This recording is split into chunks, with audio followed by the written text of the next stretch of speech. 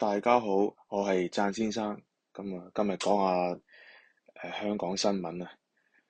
中國男攜帶94件模型啊，從寧波機場回國，俾呢個海關扣留。原來事主呢就食咗成隻大豆沙包，直徑全部嘅 Bandai 產品都將用作呢個銷售用途。而家可能面臨被海關沒收嘅命運，事主相當之慘嘅。呢批高達呢啲 figure 呢，仲可能會被報銷嘅，永遠都無法落到啲粉絲嘅手上。目測呢94件玩具中呢，最值錢嘅應該係呢個雲高達命運高達，約值1700蚊港幣嘅。而圖中呢隻真骨蒙面超人呢，只係唔係好值錢嘅舊版。有經驗豐富嘅網民估計呢，由於圖中90多件產品推出年份都唔一樣，估計事主可能嚟香港掃咗一轉二手貨，希望喺中國轉售賺差價。喺玩具愛好者嘅角度而言呢，少量攜帶回國自用同埋贈禮呢，通常呢都係 OK 嘅，即係視作自用係處理係 OK 嘅，或只需繳納小額行郵稅，即個人攜帶或郵遞入境物品徵收嘅進口稅。但係一次性攜帶90多件呢，已達商業規模，應以貨物進口方式辦理，繳納關稅及進口環節增值稅。好啦，係啦，我個人都覺得呢啲嘢就一兩件、三件好啦，唔好帶太多翻去啦。係啦，我自己平時翻去國內咧都係帶一兩件嘅啫，因為我都試過會俾啲海關入咗埋嚟搜書包啊，搜你嗰個啲袋啊，裝啲乜嘢咁樣搜過，咁佢都問你呢啲模型係有咩用，咁我都係自用嘅，因為我自己係中意砌模型嘅，盡量大家小心啲啦，係啦。好啦，另一單新聞都幾轟動啊！一名中年女子清晨被發現倒斃在天水圍公園內，警方一直封鎖現場調查，直至到早上9點左右。死者親友到場認屍，情緒激動，痛哭。其中死者丈夫呢，認屍後，十分之痛哭啊！由親友呢個扶住啊，佢就喺度講啦，即係好大喊咁樣啦。老婆，你放心，我會睇住兩個女。女親友亦哭成淚人，場面呢就傷感嘅。消息稱53歲嘅女死者呢，頸部有10厘米乘5厘米嘅傷痕。警員喺附近檢獲一把刀同埋一把戒刀啊。咁樣呢，現場可見警方已經架起圍欄封鎖現場，遺體暫時被放喺地面位置，用帳幕冚住嘅。警方經調查後，相信係自殺案，事件無可疑。我個人覺得就事件就有啲怪怪地。死者又話你有家庭，有丈夫，有兩個女咁樣，點解要喺其他新聞報紙嗰度就講話呢個係一個露宿者嚟嘅？點解一個露宿者咁搞笑？佢有家庭嘅咧，係咪？佢個丈夫講得話照顧兩個女，即係好有責任心啦。點解要將個老婆咁樣唔理擺喺個公園嗰度，由佢自生自滅咧？係咪？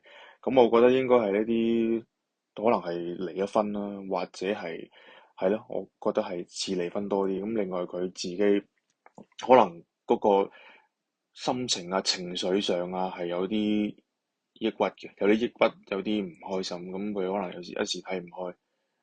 呼籲大家都係有咩事都係要同屋企人講啦、溝通啦，最緊要係唔好咁執着啦，放低啲啦，係啦。好啦，另一單新聞咧就呢個今年9月中啊，小欖呢個安樂牌簡約公屋項目被揭發咧，有部分樓層有混凝土核心牆，撐板上嘅螺絲被擅自切割。事隔約3週，建築署昨日主動公佈，同一承辦商負責嘅另外2個簡約公屋項目，除咗同樣螺絲被剪短，甚至鐵板連接螺絲個窿口位被擴大。署方已成立獨立嘅專隊調查，預計1個月內完成報告。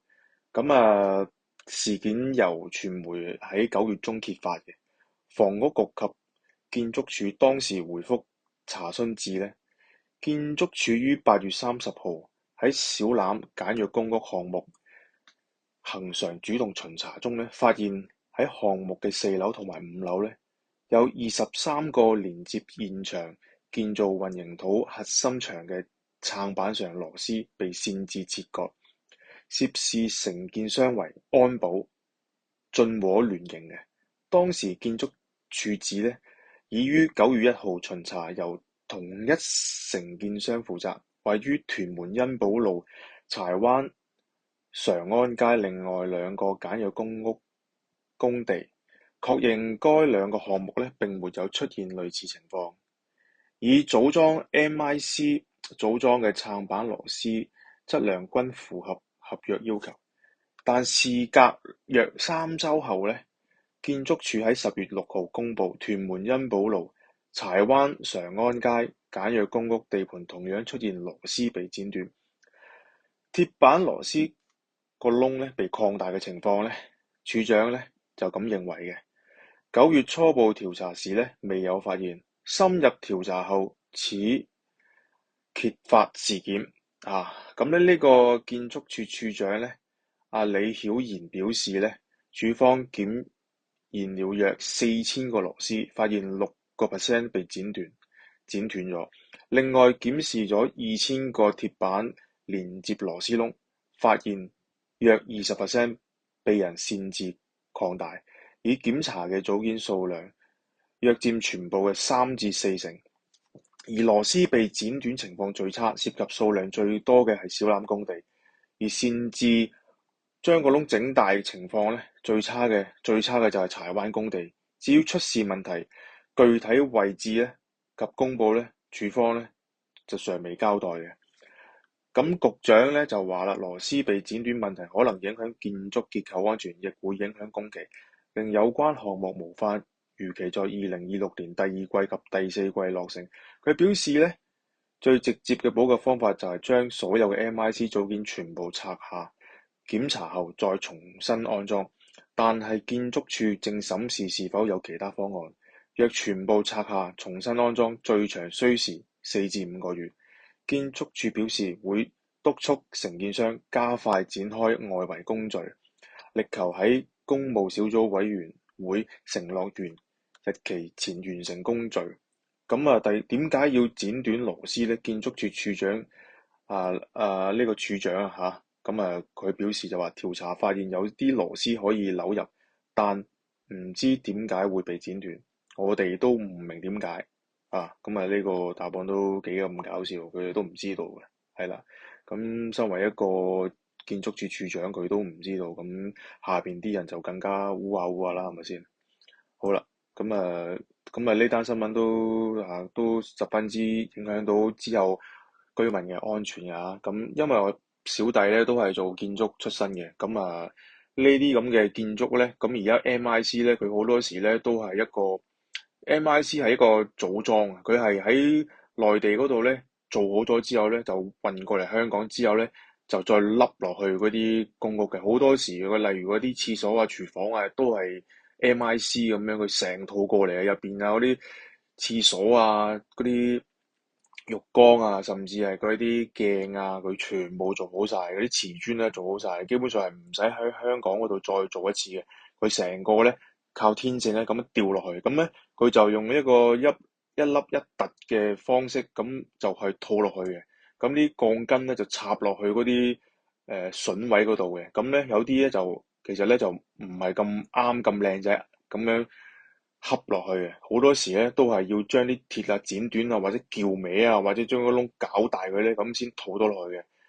呢個我自己都有經驗嘅，呢啲係真係唔知點解，可能係佢嗰個一早設計嗰陣時設計得唔好，咁你知道嗰啲組裝嘢始終都係好麻煩嘅。